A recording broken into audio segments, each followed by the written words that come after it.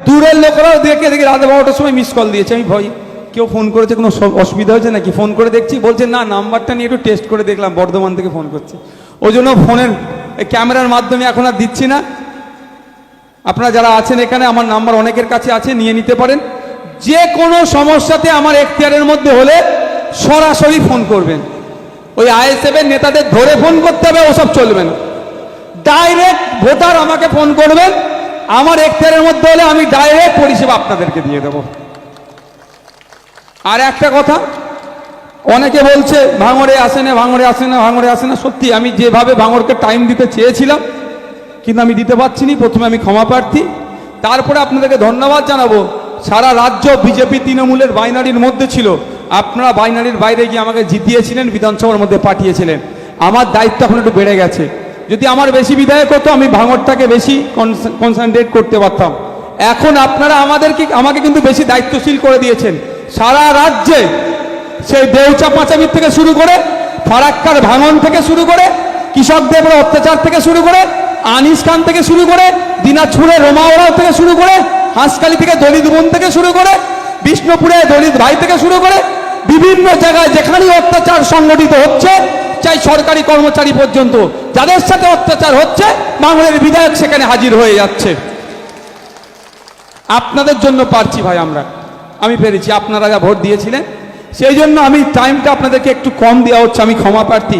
আচ্ছা, আপনারা বলুন, টাইম কম দিচ্ছে কিন্তু পরিষেবা পেতে আপনাদের কার অসুবিধা হচ্ছে? কার কোনো সিগনেচারের দরকার হলে মাঝরাইট অফিস আছে, আপনারা চলে যাবেন, ওখানে কাগজ জমা দিয়ে চলে আসবেন। 2 থেকে 3 দিনের মধ্যে ফোন নাম্বার নিয়ে না, আমার ছেলেরা আছে অফিসে, আপনাদেরকে কাগজ পৌঁছে দেয় হয়তো নাকি ভাই? এবার আপনারা বলুন, পরিষেবা যথেষ্ট আমার দিক থেকে দেওয়ার চেষ্টা করছি। আর আমি চেষ্টা করেছিলাম অঞ্চলে অঞ্চলে এসে পরিষেবা দেব, কিন্তু আপনারাই তো আমাকে আরো বেশি দায়িত্বশীল বানিয়ে দিয়েছেন। হাঁসখালিতে অত্যাচার হয়েছে, সেখানে আপনাদের জন্য আমি ছুটতে পারছি। আপনারা আমাকে বিধায়ক বানিয়েছিলেন বলেই তো, নাহলে তো আমি যেতে পারতাম না। তাই বলুন, যেমন একটু হয়তো যে সময়টা দিতে চেয়েছিলাম সেটা পারিনি, কিন্তু এটা তো অস্বীকার করার জায়গা নয়। আমি যেখানেই যাচ্ছি, নওশাদ সিদ্দিকীর আগে বলে কি, ভাঙড়ের বিধায়ক আসছে। এটা তো ভাই নাম হচ্ছে। ওরা বোমগুলি পিস্তল দিয়ে অনেকে ভাঙড়ের নাম খারাপ করেছে, আর ভাঙড়ের মানুষ রক্ত দিয়ে, রক্তদান করে ভাঙড়ের নামকে উজ্জ্বল করেছে। আর একটা বলে রাখি, ভাঙড়ের মানুষকে সাথে নিয়ে আমি ল মেকার, আমি আইনসভার একজন সদস্য, ভাঙড়ের মানুষ, সাধারণ মানুষ উপস্থিত হয়েছেন। আপনাদেরকে সাথে নিয়ে আগামী দিনে আমি বিধায়ক হিসাবে, পার্টির পক্ষ থেকে নয়, আমি বিধায়ক হিসাবে ভাঙড়ে আমি বেশ কিছু আপনাদেরকে সাথে নিয়ে বিনামূল্যে সংবিধান বিতরণ করব, যেটা পশ্চিমবাংলায় ভারতবর্ষের কোনো বিধায়ক করেছে বলে আমার জানা নাই, কোনো জায়গায় হয়েছে বলে আমার জানা নাই। তাহলে পথ কারা দেখাবে? ভাঙড়ের মানুষ। পথ কারা দেখাবে? কারা পথ দেখাবে? ভাঙড়ের মানুষ পথ দেখাবে। ভাঙড়ের মানুষ রক্তদান উৎসব দেখিয়েছে। বাদুড়িয়ায় চেষ্টা করেছিল আমাদের রেকর্ডটাকে ভাঙার জন্য, আমাদের ভাঙড়ের। ওরা আমাদেরকে ছুঁতে পারেনি। আমি অপেক্ষায় আছি, আমাদের রেকর্ড ভাঙুক, তার কয়েক দিনের মধ্যে বা কয়েক মাসের মধ্যে আমরা আবার নতুন রেকর্ড করে ভাঙড়ের মানুষকে দেখিয়ে দেবো। ভাঙড়ের মানুষকে নিয়ে রেকর্ড করে দেখিয়ে দেবো। কি মায়েরা পারবেন তো? অবাক সারা রাজ্যের মানুষ যে একটা রক্তদান উৎসবে, শিবিরে 2720 জন রক্ত দিয়েছে, যেখানে 50 জন থেকে 100 জন জোগাড় করতে গেলে অনেকের কষ্ট হয়ে যায়, গান বেরিয়ে যায়। সেখানে 2720 জন রক্ত দিয়েছে। রক্তের ব্যাগের অভাবের জন্য আরো 1000 খানেক মানুষ রক্ত দিতে পারেনি। আর আমার মায়েরা 500-র উপরে মায়েরা সেখানে রক্ত দিয়েছে, পশ্চিমবাংলার রেকর্ড করে দিয়েছে। অবাক হয়, বাস্তব বলছি। আমি যেখানে যাই না, আমার সাথে ভাঙড়ের বিধায়ক আমাকে একবার না হলেও একবার বলবেই, সাহেব আপনি কি রক্তদান উৎসবটা করলেন? আমি সাথে সাথে বলি আমি করিনি।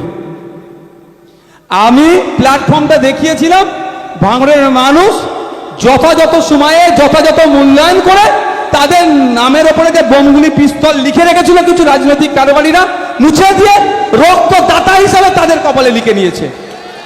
আমি করিনি ভাই। তো আগামী দিনেও আমি আশা করব সাধারণ মানুষের কাছে আমার যদি সাথ দেন, এই রকম পদক্ষেপ নেব, নিয়ে আপনাদের সুবিধার্থে এই ধরনের পদক্ষেপ নেব, যাতে করে ভাঙড়ের নাম আরও উজ্জ্বল হয়।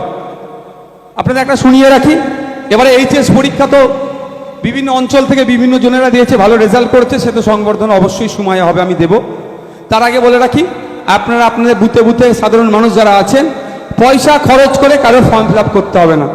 সাইবার ক্যাফে গেলে ফর্ম ফিল আপ করতে গেলে 50-100 অনেককে দিতে হয় তো। এবারে আপনাদের বিধায়ক হিসাবে আমি দায়িত্ব নিচ্ছি, কোনো ছেলেকে টাকা দিয়ে সাইবার ক্যাফের চার্জ দিয়ে কাউকে ফর্ম ফিল আপ করতে হবে না। আমি ভাঙড়ের সন্তানদের জন্য, কলেজে ভর্তি হওয়ার জন্য, উচ্চ মাধ্যমিকে উত্তীর্ণ ছাত্রছাত্রীদের স্বার্থে টোটাল বিনামূল্যে আমার বিধায়কের পক্ষ থেকে আপনাদেরকে এই পরিষেবা দেব। আমি একজন আইনসভার সদস্য হিসাবে আমি বলি, লড়াইটা আমাদের এইটা হওয়া দরকার। কে কার মেরে কবজি কেটে নেব, কে কার ছাল তুলে নেব, একজন জনপ্রতিনিধিদের মুখে এগুলো মানায় না। আমি বলতেও চাই না, আমাকে ঘৃণা লাগে, মানায় না। আমাদের কাজ হবে আমাদের ভাঙড়কে কিভাবে এগিয়ে নিয়ে যাব। যদি ভাঙড়ের মানুষকে সত্যিকার অর্থে কেউ ভালোবেসে থাকে, ভাঙড়ে 2টো হসপিটাল আছে, সুপার স্পেশালিটি হসপিটাল করে দিক। ভাঙড়ের মানুষকে যদি সত্যিকারের ভালোবাসা থাকে, নওশাদ সিদ্দিকী বিধানসভার মধ্যে যে দাবিগুলো তুলেছে আপনাদের জন্য, শিক্ষা প্রতিষ্ঠানে বাড়ানোর কথা বলেছে, নতুন কলেজে দেওয়ার কথা বলেছে, পাওয়ার গিল্ডের ওখানে যে সমস্যা ছিল, যে হিমঘরের কথা বলেছে, দ্রুত যাতে হয়ে যায়, নতুন করে কর্মসংস্থানের কথা বলেছি বিধানসভার মধ্যে, বাসরুটের কথা বলেছি। যদি সত্যি ভাঙড়ের মানুষকে কেউ ভালোবেসে থাকে, যদি রাজনৈতিক নেতারা, তাদের উচিত হবে তাদের বিধায়ক বিধানসভার মধ্যে যে কথাগুলো বলেছে কনসার্ন ডিপার্টমেন্টের মন্ত্রীদেরকে বলে সেইগুলো সমাধান করা, তাহলে তো ভাঙড়ের মানুষকে ভালোবাসা হলো। যাক, সেই বিষয়ে যাচ্ছি না, বক্তব্য আবার রাজনীতির দিকে চলে যাবে। আমি রাজনৈতিক প্রোগ্রাম এটা করতে চাইছি না। আমি আপনাদেরকে শেষ করছি একটা কথা বলে, যদি আমাকে সুযোগ দেন, যদি আপনারা আমাকে সুযোগ দেন, আগামী পঞ্চায়েতে আপনার এই বুথে কি হবে, এসি ঘরে বসে আমি ঠিক করব না। প্রধান এসি ঘরে বসবে, মেম্বার এসি ঘরে বসে ঠিক করবে না।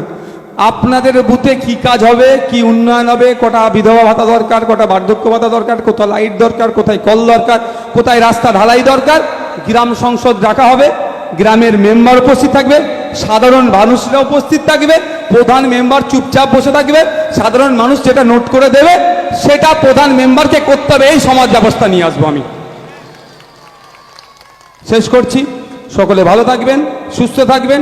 গ্রামবাসীর পক্ষ থেকে যে ভালোবাসা দিয়েছেন সেটাকে পাথেয় করে ভাঙড়ের জন্য, রাজ্যের মানুষের জন্য আগামী দিনে আমি আরও বেশি লড়াই করব, ন্যায়ের জন্য, হকের জন্য। থ্যাংক ইউ, সকলে ভালো থাকবেন, সুস্থ থাকবেন।